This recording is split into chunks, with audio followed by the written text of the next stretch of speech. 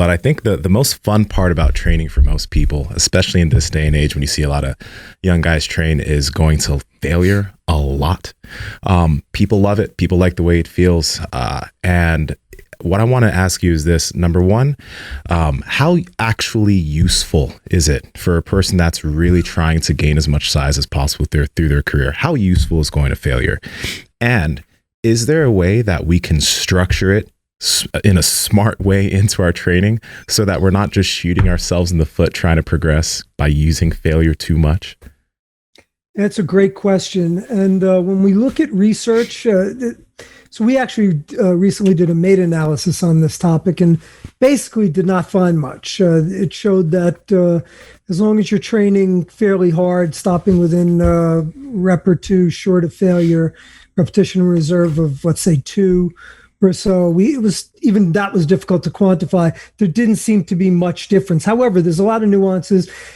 We did show that, or the literature did show that in trained subjects, there seemed to be more of a benefit. So the more training experience you have, but there really wasn't much. There haven't been many studies carried out in trained subjects. So I can tell you, can give you my perspective on it. That's kind of what the literature says, but we always need to look past the literature. You have to look at the strength of what the evidence shows and then kind of use our own expertise to draw conclusions. The people that just try to say, well, let's just go to the literature for everything are really missing the boat. You know, in an applied science like exercise, in particular exercise nutrition, it's essential to understand the limitations of research and use our practical expertise. So number one, really every study on the topic has looked at all sets to failure versus no sets to failure. That's simply not the way we need to do it in the gym. I mean, as you guys know, you don't necessarily have to take every set to failure versus no sets to failure. So that starts to bring up, well, if you're going to go to failure, how many sets might you need to use? And again, this just hasn't been studied. My own personal belief is that in novice subjects and those who are intermediate, I would say, with 6 months or so, maybe a year of training fairly consistently, it's not going to make much difference. If you're stopping a couple reps short of failure on every set, you'll make the vast majority of gains, if not all of them. I do think that, although again, hard to discern from the literature, that as you start getting closer to your genetic ceiling, there is more of a need to take your body to challenge it beyond its present capacity in a manner that would really require some use of failure training. And while there's no set way to go about it, my general default is, let's say, the last set of an exercise.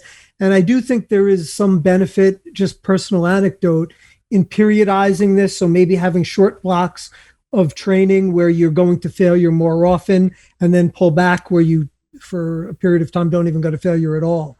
So this is where the nuances come in and you have to really know your trainee, if you will. But again, this is where you're not going to get answers from the literature because there's too many variables, too many ways you can manipulate that variable. So along with that, I guess still in line with failure, you have individuals that do a lot of forced reps. So you have your training partner helping you out with that and assisted reps. Does this come in line as being beneficial at all? Or is it just a training technique that might feel really good? Or what are your thoughts on that? Because I don't think studies have been done on that necessarily, right? There have been a few, but just it's certainly not enough where we can draw strong and good and strong conclusions from it. Again, that's where there's a gray area. And I would say, could there be a benefit to occasionally using that? Yes. I do think that you have to understand your trainee. Look, I've consulted with many of the top bodybuilders, and their ability to withstand fatigue varies.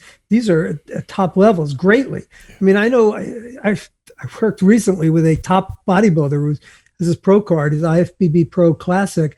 I mean, and he's approaching 50 years old, and he can crush it with the weights and force reps on multiple sets and just keep popping back.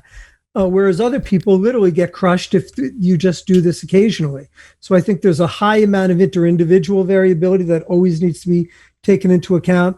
And I would also point out that um, to me, it's best to err on the side of caution in these types of things, to experiment and do it in a very cautious manner. Because once you overdo it, once you go over the top, it's hard to reverse. Whereas, not pushing someone enough, you're still going to make really good gains. Where if you end up pushing them too much and they devolve into an overtrained state, trying to reverse that course requires a lot of undoing. Yeah, I find the whole topic really fascinating because, reps 1, 2, 3, and 4 of set 1, what are their purpose? Like, they feel easy, especially, given something that you're doing like a set of 20 on.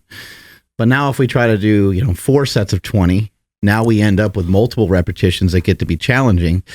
And I think that we want them to be challenging, but we don't want them to be so challenging that our form and technique breaks down. And this is where something like a forced rep could be beneficial, where the person lifting doesn't have to put themselves into a compromising position.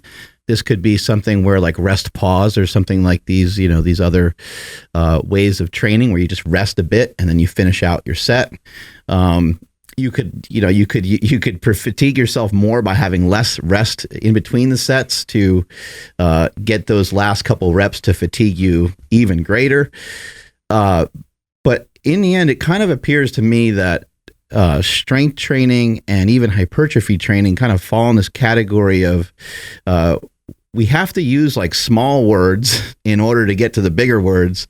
And the bigger words are where we're going to learn the more complex things.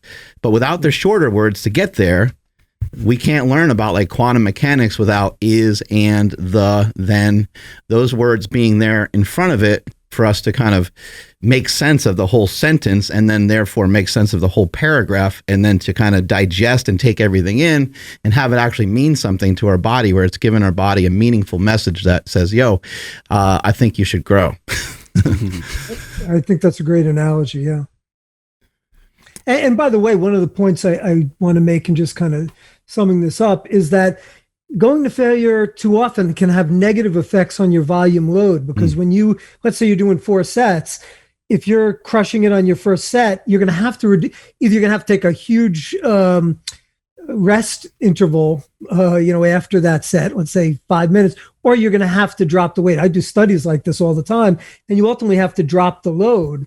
If you're going to have, let's say, a 2-minute rest interval, you cannot use the same load and get the same number of reps. Either you're going to use the same load and get fewer reps, or you have to drop the load. So again, leaving something in the tank for your future sets can maintain that volume load. And there is something to be said just for the stimulation, the mechanical tension on the muscle without going to failure still is signaling the cells to adapt. So again, this is something I think over the next decade or so, I would hope, I know that might sound like a long time, but in the overall concept of research, it really isn't, that we're going to be able to piece these things together to a much greater extent, and to have a real greater fundamental understanding of the relationship between fatigue and stimulus.